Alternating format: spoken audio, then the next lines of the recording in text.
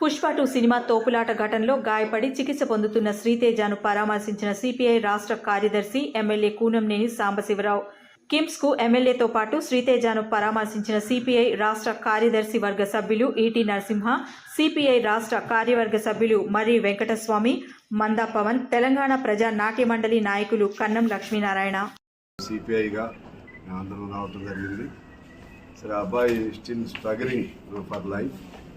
ఇంకా పూర్తిగా కాకపోతే గతం కంటే కొద్ది బెటర్ పొజిషన్లో ఉన్నారు. ఆయనకి ఆ బ్రీతింగ్ అంతా ఇక్కడ థ్రోట్ దీని నుంచి అందిస్తున్నారు. ఫీడింగ్ ఏమో నోస్ నుంచి ఇస్తూ ఉన్నారు. ఇంకా కూడా సెమీ కాన్షియస్లో ఉన్నాడు బాబు, not at fully recover. Doctors బాగా ఎఫర్ట్స్ పెట్టారు. ఇప్పుడే డాక్టర్స్తో నేను మాట్లాడితే వారు ఏమన్నారంటే సిపిఆర్ పోలీసులు ఇనిషియల్ స్టేజ్లోనే పోలీసులు అక్కడ ఉన్న ఇమీడియట్గా అటెండ్ అయిన వాళ్ళు సిపిఆర్ ఇవ్వబట్టి ఆ బాబు ఆ మేరకు బతకటం జరిగింది. తర్వాత ఇక్కడ వీళ్ళ ఎఫర్ట్స్ రెండు కూడా తోడైంది.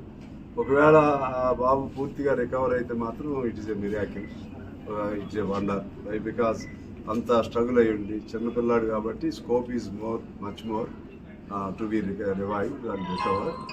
ఆ విధంగా ఉంటుందని భావిస్తున్నాం.